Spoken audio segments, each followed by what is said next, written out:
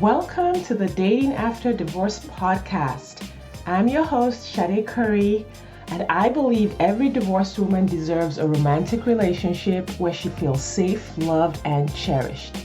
You can create the most amazing life after divorce, and I will teach you how.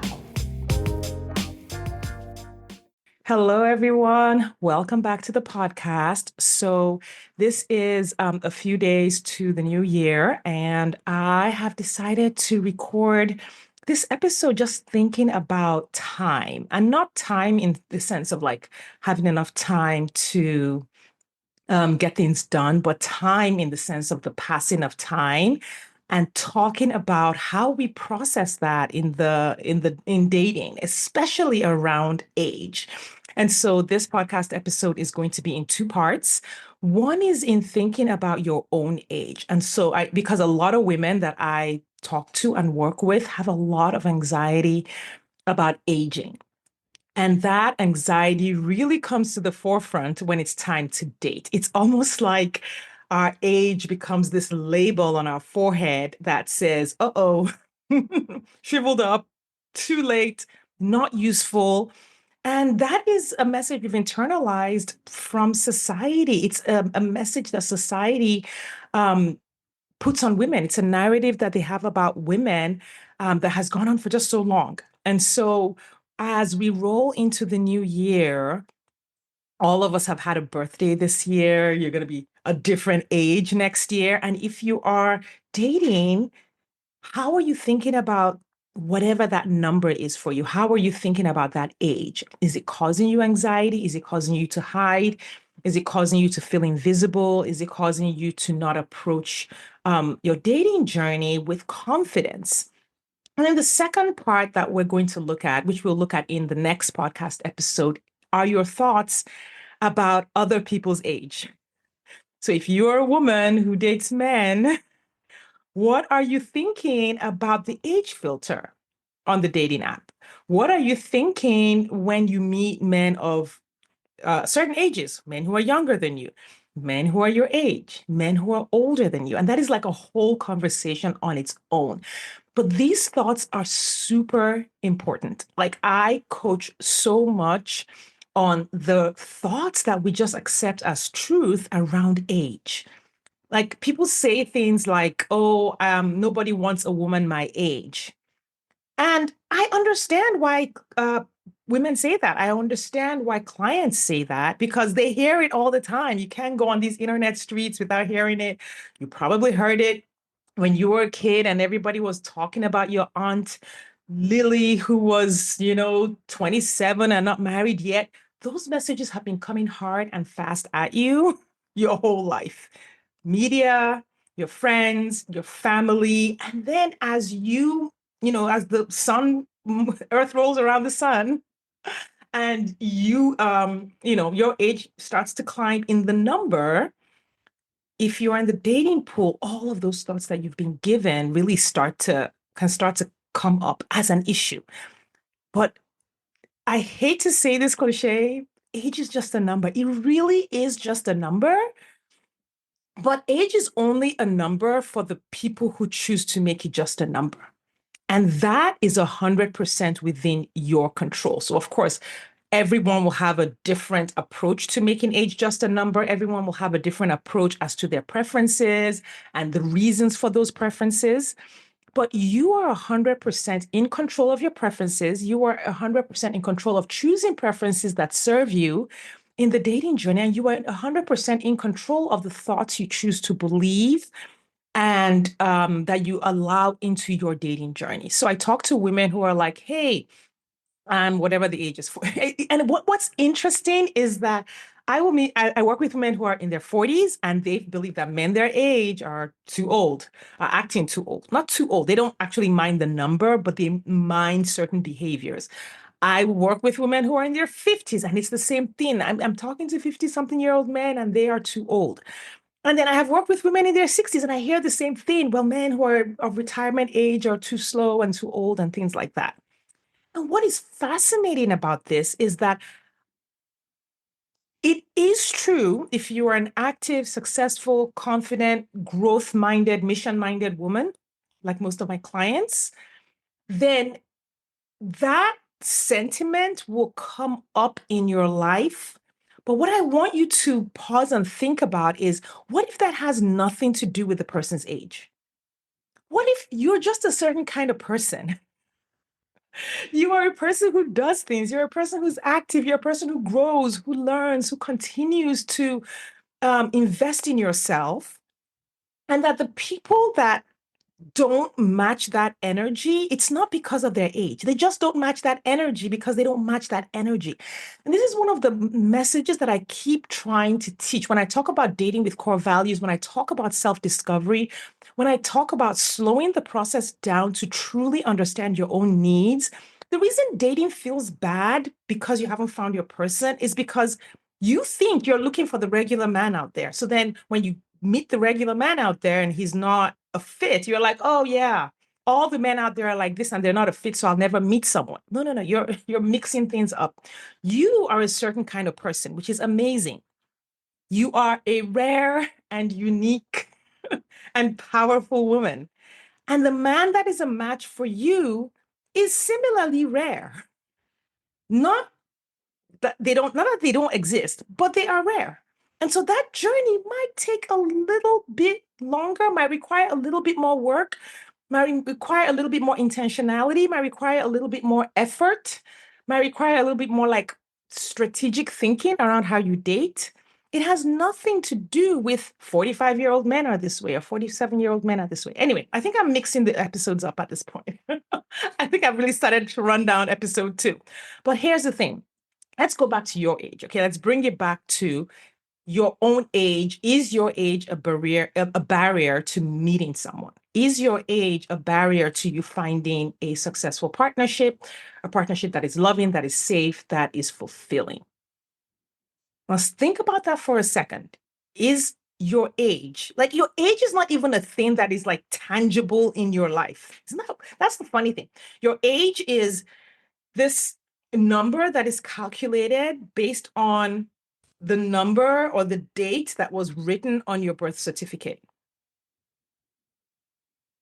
Like, and then your age is, I guess you could say it has certain like physical, you know, impacts, like physical consequences to it. So if you're a woman who is, in her 40s, 50s, you're probably experiencing perimenopause. You might be experiencing symptoms of menopause. You might even be in menopause. Like somewhere in there, all of that is going to happen. And all of that is real and true and factual. What does that have to do with dating?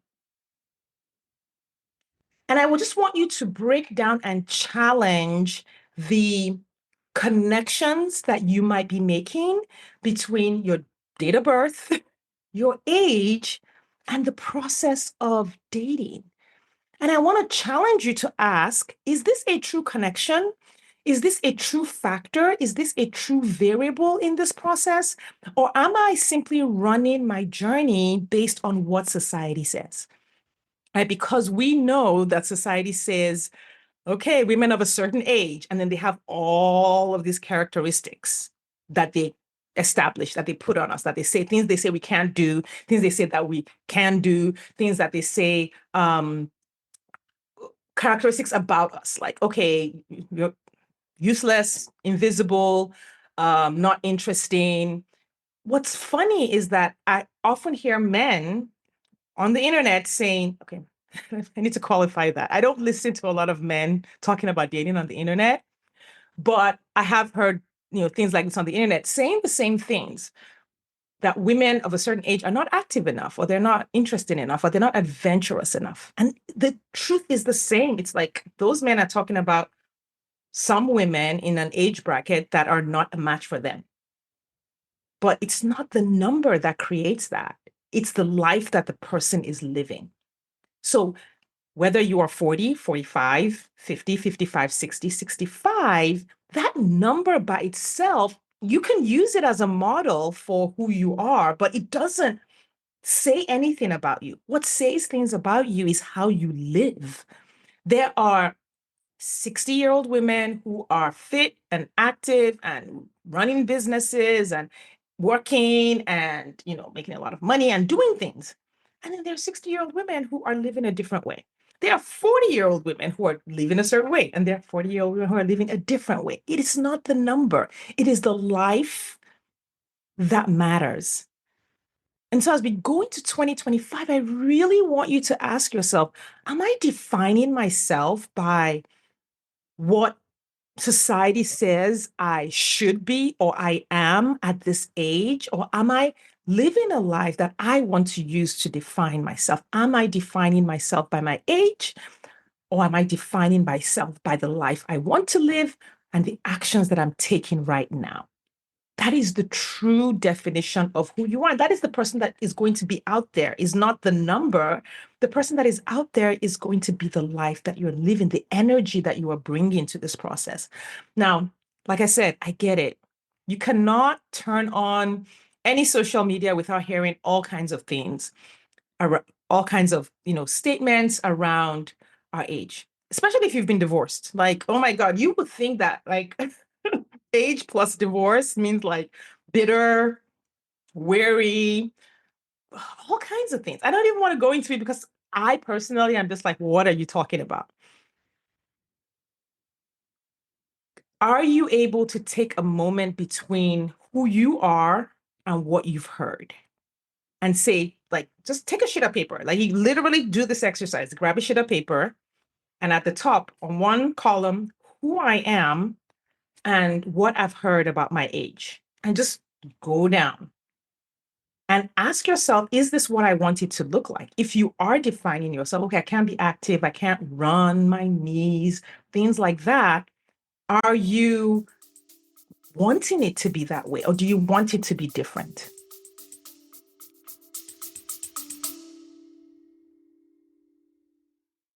Do you wonder exactly how divorced women just like you are meeting eligible men who want a real relationship and a commitment? They're doing it by dating with their core values. Your core values are the GPS that lead you to the partner you've been looking for.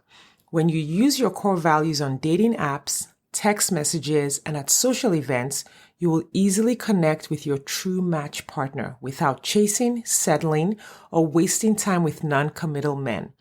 I have taught exactly how to do this in the 2-hour Core Values Dating Blueprint course available on my website, shadecurry.com/dating. That's SADECURRY.com/dating. You will learn exactly how to identify your core values and use them on your dating profile, how to ask the right questions via text, and how to tell the right stories on dates, so that you attract the right people and repel those who aren't right for you. If you're ready to meet your true match, hop over to shadecurry.com/dating or click the link in the show notes. Now back to the episode.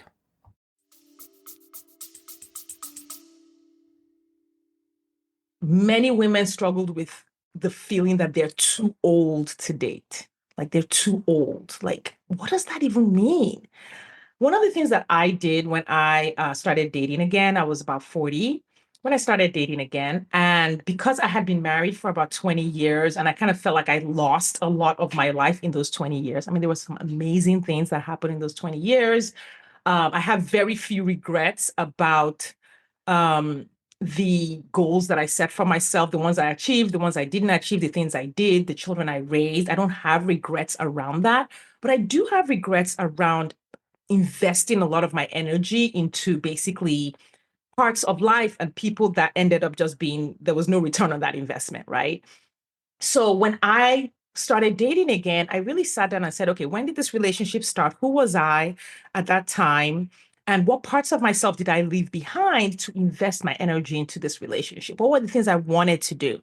And who did I want to be? And that I wasn't able to be in that relationship. And at 40, I was like, listen, there's nothing stopping me from being and doing all those things at 40 that I wanted to do at 21. Like, there is no law that says you cannot do these things. And so I really set out to recreate the life that I wanted at 21, the parts that I still wanted. There are some parts that I was like, don't want that anymore, okay? But the parts that I still wanted, the parts that I felt like were an innate part of me, were a core part of me, I was like, I can still do all of these things. And the same works for you. You can literally sit whatever age you are right now, okay, and say, hey, what did I want to be? Now, there are some things that might be a little more challenging than others. Okay. So I'm not trying to be like pie in the sky here. If you wanted to play for the NBA, you want to play basketball in the NBA and you're now 50, chances are that may not happen in the same way. Doesn't mean you can't play basketball. Doesn't mean you can't even play basketball professionally. You can. Right. So there are ways to bring those dreams to life if there are parts of yourself that you've left behind. That's what I want to challenge you to do somewhat in dating right now. Instead of like feeling like you're not compatible with people who are, you know, a certain age, like who would want this? I hear that so much. Who would want this? I have so much baggage. I'm like, why would you think of yourself or your kids or like where you are in life as baggage? Like you could call it anything. Why would we call it baggage, right? Um, when you think of yourself as being too old, when you accept that narrative and you take it in, you start to live that way, not just in dating, but in other parts of your life. Like, can't start that business. I'm too old to start that business. I'm too old to start that active lifestyle, too old to travel, too old to write a book, like all of those things. And you might not be using those exact words, right? Because I work with my very, very confident ladies. And many of you won't use those words, I'm too old, right? But if you are not doing the things that you want to do, if you are not moving forward actively towards your goals, you're telling yourself something. There's something you're telling yourself. In this episode, I'm really just dealing with age, but you're telling yourself something. I'm too busy. Kids are still at home. Um, it's too late. I don't have time. I'm too busy. I'm too overwhelmed.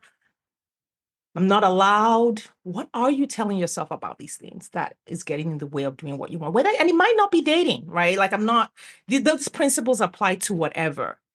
What are you telling yourself that's holding you back, that's causing that anxiety, right? Because when you believe those limiting beliefs about your age, when you take on the belief that no men, here's another one that I hear a lot, men only want younger women. And women at every age will then believe that. So, like the 40-year-old women think that the 40-year-old men only want 20-year-olds. And then the 50-year-olds believe that the 50-year-olds only want 40-year-old women. And we're literally just like perpetuating this belief. And it's not that there aren't some men who want that. Like there's 8 billion people on this planet. There's going to be someone who wants something of a certain kind. We're not all the same. Men aren't all the same. And, women aren't all the same. And people are not all the same, right? There's such a spectrum of everything in between. And so when you choose to have that black and white thinking based on like, oh yeah, my ex left me for a 19-year-old, and then you take that and you project it on the entire population, oh my God, you're limiting yourself to this very tiny experience when there's so many different kinds of experiences out there. And there is a person and people who are down for the experience that you want.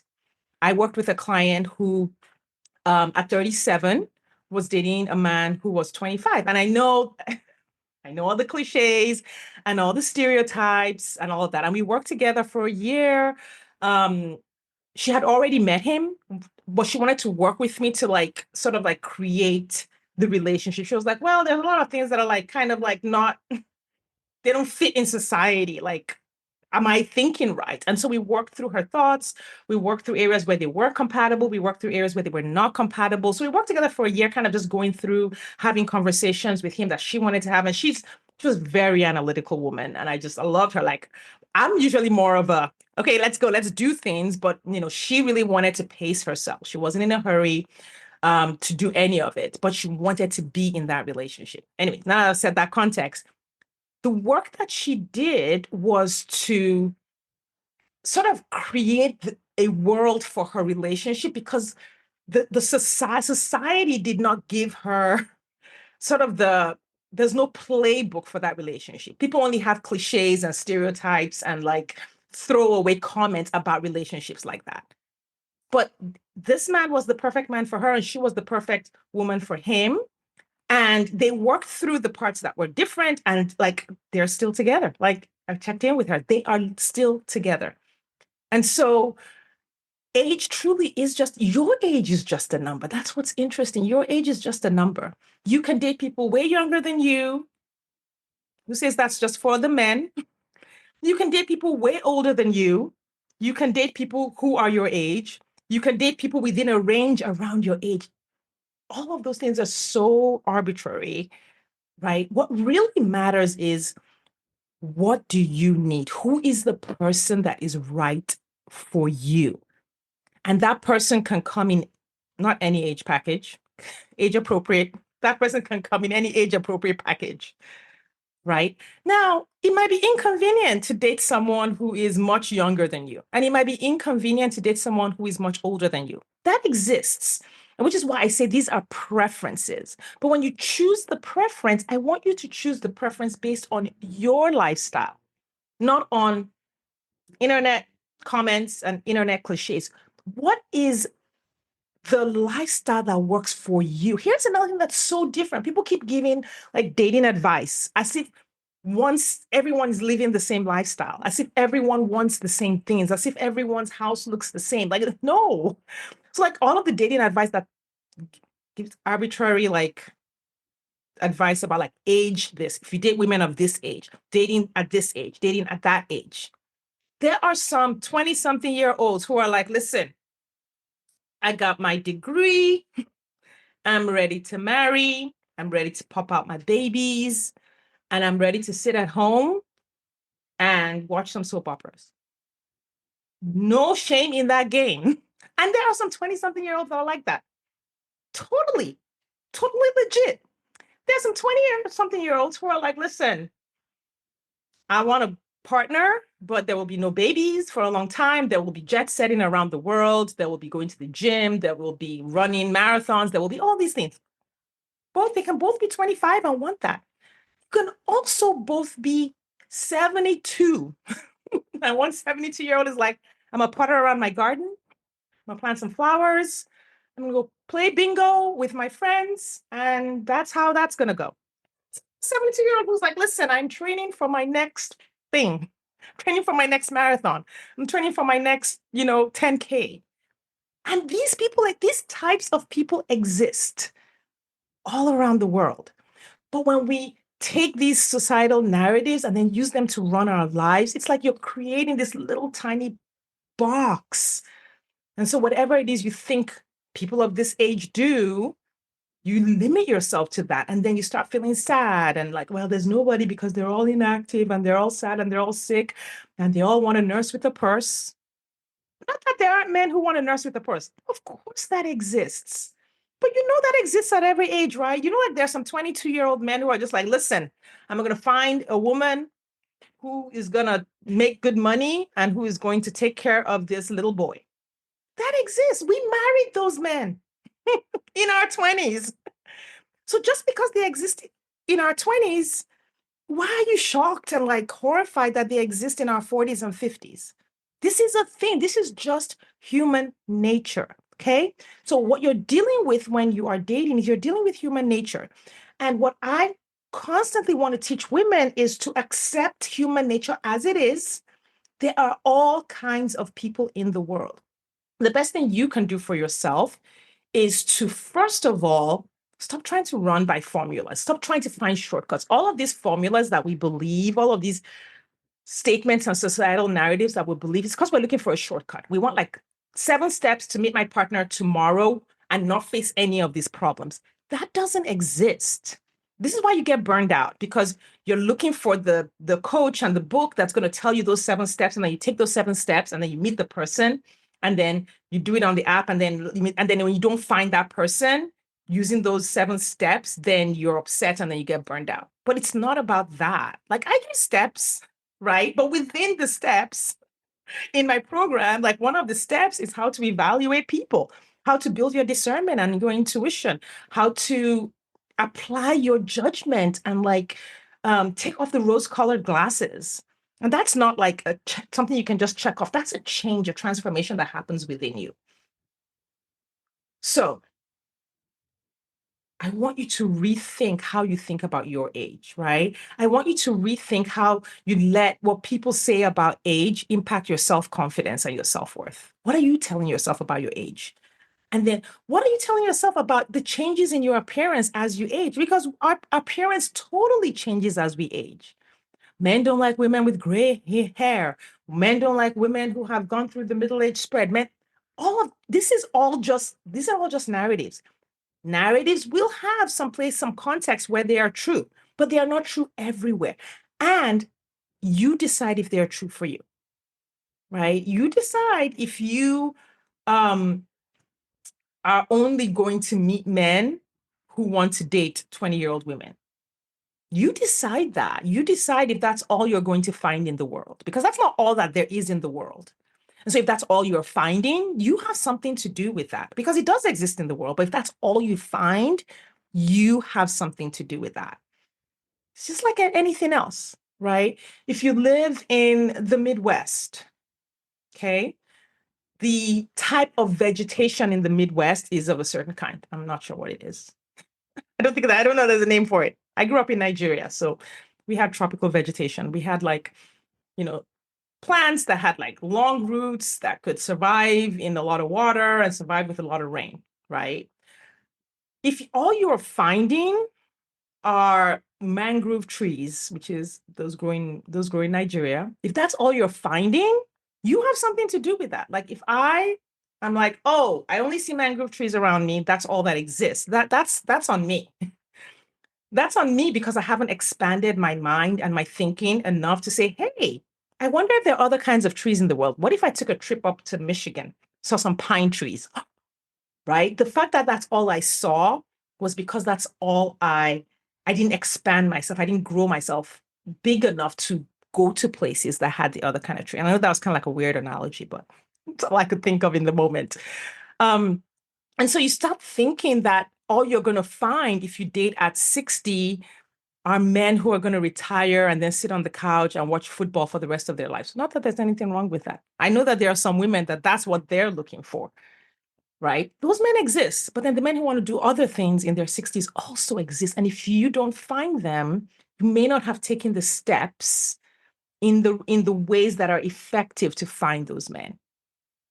The other thing that starts to impact you if you um, hold on to these beliefs is that your fear of rejection, which we all have a fear of rejection, is something we're all going to work with. If you're dating, you're going to work with your fear of rejection. You can, make it smaller and smaller so it doesn't impact you so much, but it's like a human thing. We all feel it in all kinds of ways.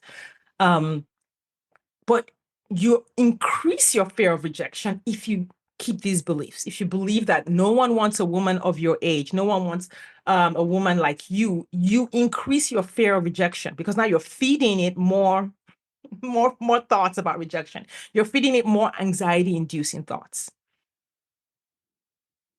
There's no man who would have the energy level that I want. Like I hear that so much. I hear that and I get it. I understand why these beliefs exist. But really, what's in my heart and what I want for my listeners and my clients is for them to break out of those boxes. So here are some of the things you want to really think about. One is, are you looking for mental or for shortcuts, right? And our brains naturally look for shortcuts. Like the brain is always trying to become more efficient. So it just collects all these beliefs. It's like, okay, I got these beliefs, they work for me. I'm just going to repeat them over and over and use them over and over, right? These are called heuristics.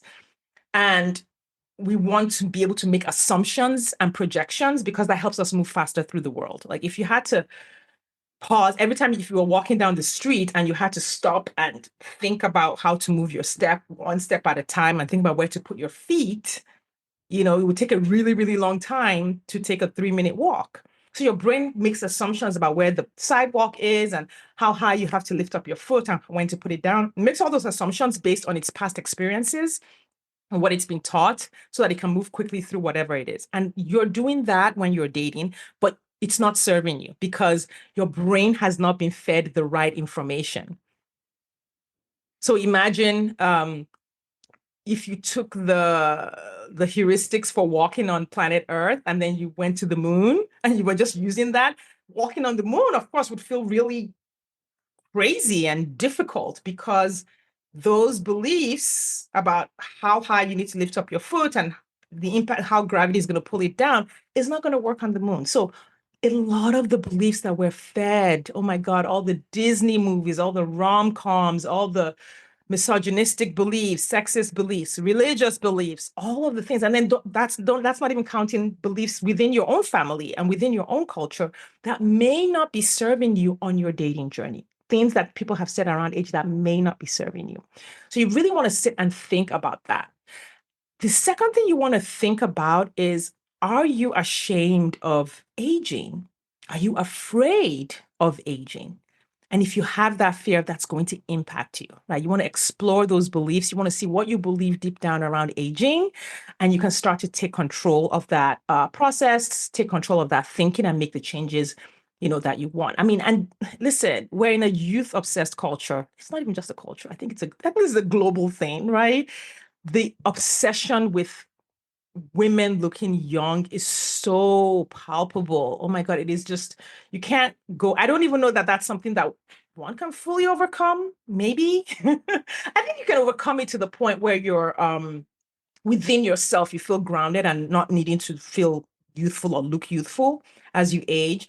But what I mean by you can't overcome it is that you can't, the world is not getting ready to change in a way where we're gonna feel like, oh, everybody's on board with women aging. Like, oh, I don't know. I don't know. I know I'm a little bit like pessimistic about it. Sorry. It's just the way it is, right? But you can change that, like within yourself. And I know that that's true because within myself, um, in some ways, I don't know if this is an advantage. I had the advantage of not being considered particularly beautiful when I was young. And so it's almost like I removed my um desire to be seen as beautiful from the way I looked. And that has really served me over my lifetime because I like to look nice, but I don't obsess over my looks. I don't like feel bad or like worry about how I'm gonna look. I mean, sometimes I look in my mirror and I'm like, oh girl, you got a pimple, like stuff like that. Normal stuff. Like just this kind of looks out of place or whatever. But that crushing anxiety, feelings of disgust around the way one looks, I never really had those. Now, there are other areas of my life that I was conditioned to hang my self-esteem on, and I worked through those. If you have this around your looks and around aging, then coaching, changing your thoughts, um, creating new thoughts, creating new beliefs, which can be a little bit of a process, is going to be so useful for you, useful for you, especially if you're in the dating pool, if you are dating, if you are engaging with men, if you find yourself being super anxious about how you look, where you'll never find someone because you've got some gray, you've got some hairs on your chin, things like that. Definitely you want to do some coaching work around that. All right.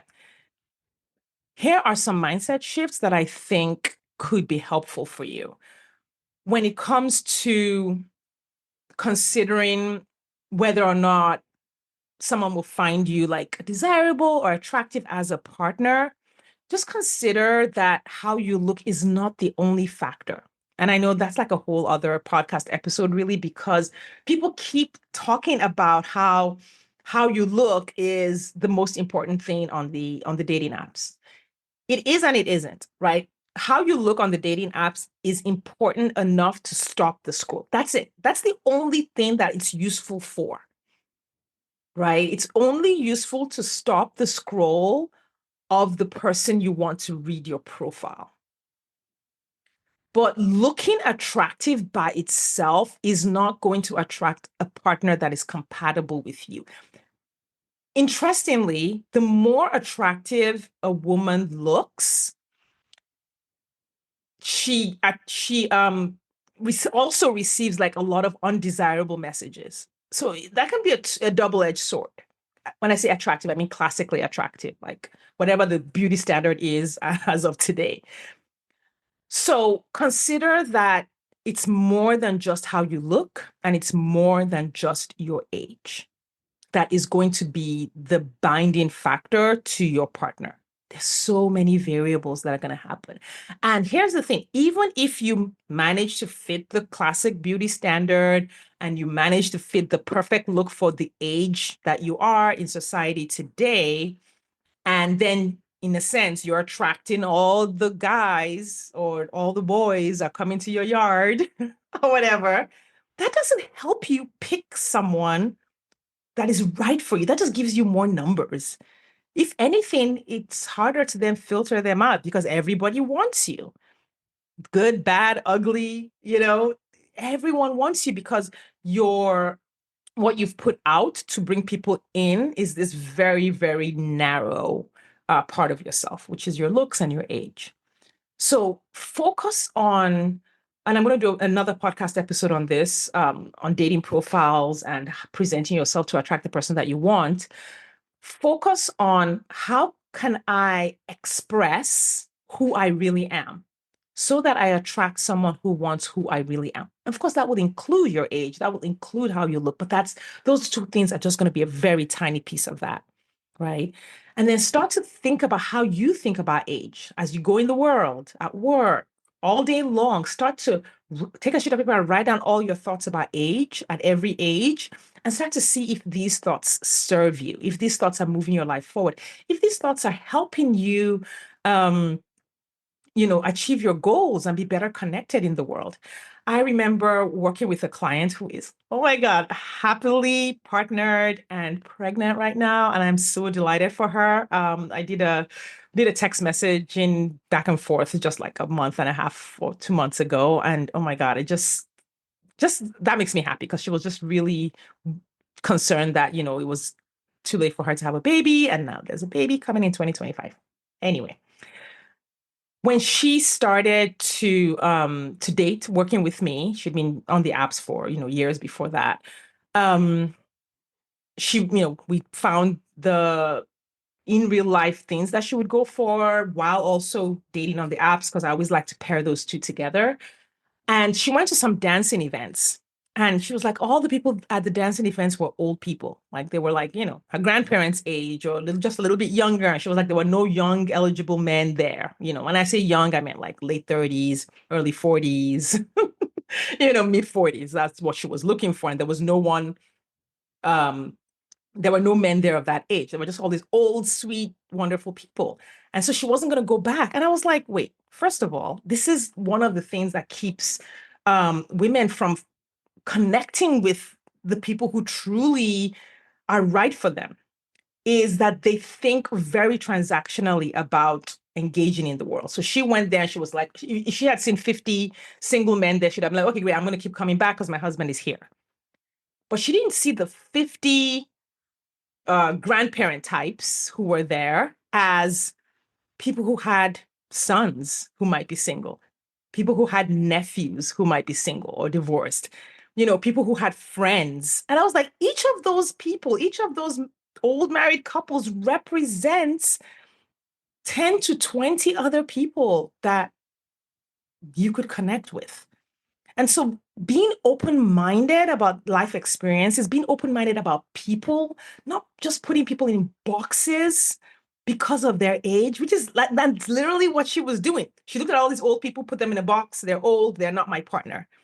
And we do this when we're dating in so many ways. People go to one place and they're like, oh, yeah, my partner wouldn't be here. Okay, are there humans there? Yes. Are humans connected to other humans? Okay, well, go be part of a community, meet humans, tell them you're single, ask them to set you up when it's appropriate. All right. So the key here is when you change your mind in all of these different ways, it opens up so many more opportunities. It opens up so many more ways that you can engage with the world versus all of the thoughts that we have running around in our heads that keep us limited. And when they say limiting beliefs, I mean, I tell you, thoughts can be really limiting beliefs. They can also be very expansive beliefs. So if you can change your thoughts about your age, change your thoughts about other people's age and how it impacts finding your partner, it can accelerate your dating journey. Like it can make things move so much faster because you will look at the world differently. You will feel so much more confident. Your ability to express yourself authentically when you're dating will increase. You'll be free from all of that like anxiety around age, his age, and you're sitting at the date and he's like, oh my God, he said he was, 50, but I don't know, 50-year-old men do this, do that. Who says? Ask that person in front of you what he does, who he is. It's not about the age. It's not about all those external attributes. It's about the one human that you are looking at, that you are talking to. So spend the time instead of projecting everything that you've been told on that person. Ask that person questions so you find out what's true and what's not true, for that person. One of the things, like my kids are now young adults, and I remember when they were in high school. And of course, you know how high school relationships are. One of the things that they did really beautifully, and I think some of their extracurriculars helped with this. I said, listen, you guys separate each other in high school. Once someone is not in your grade, you're like, okay, I am a high school freshman. All the middle schoolers are like in this box. And I said, once you basically graduate college, I was like, all of that goes away. It's like such a level playing field. And so, if you want to build a robust network over your lifetime, don't see people as their age or as their grade level. See them as humans. If you like that human and they're in the sixth grade and you are in the, ninth grade, and you're like, this person's cool, be friends with that person because later on in life, y'all they may be your boss, right? And so the principle is the same that I'm saying now. Just because a person is a certain age does not mean that all the things you've been told about that age are true of that person. So it's more about, do I like this person? Do I enjoy their energy? Are they decent? Are they kind? Are they loving? Do I want them in my environment? Do I want them in my community? And that's how I want you to look at people, not just when you're dating, but in life in general. Okay. Um, this was a cool episode. Went a little longer than I thought, but I guess I got a little bit passionate about it. Now, I know some of you are like, yeah, Sade, but what about the fact that like I dated this guy and all of the stereotypes were true?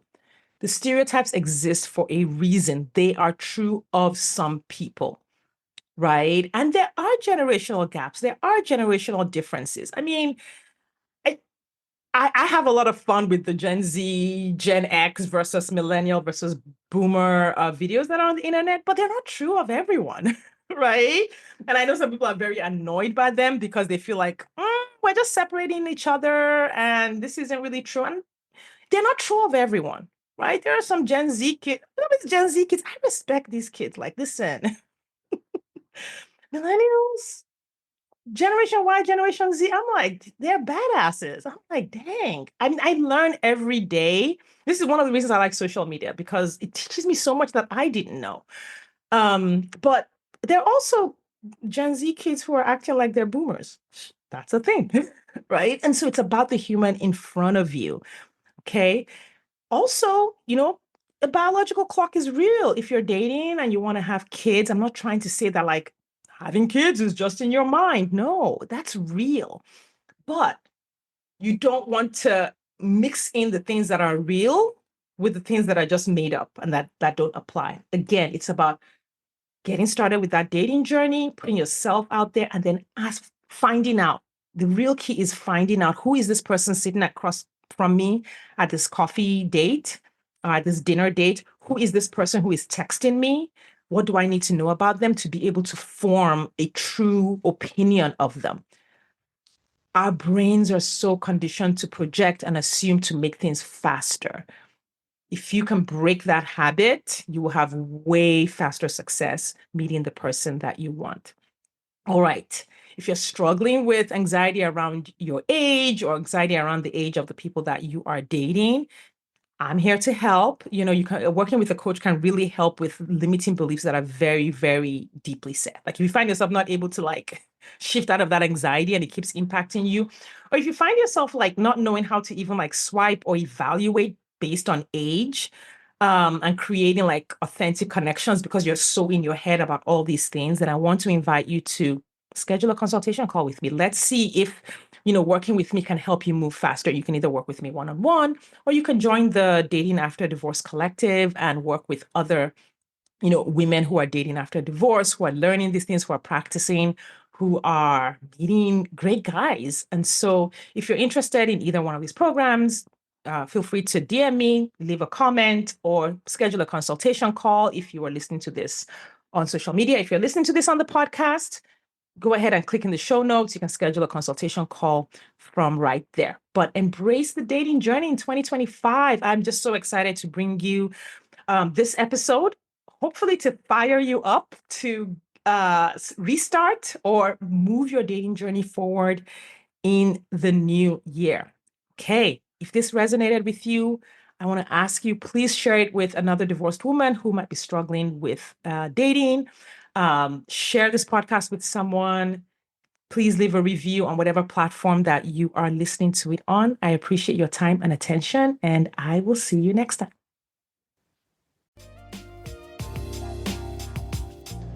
Thanks for listening today. If you are ready to get married after divorce, I want to invite you to download my free 8-video training specifically designed to help divorced women date with ease and get married again. Head over to sadecurry.com to get started. That's SADECURRY.com. I'll see you inside.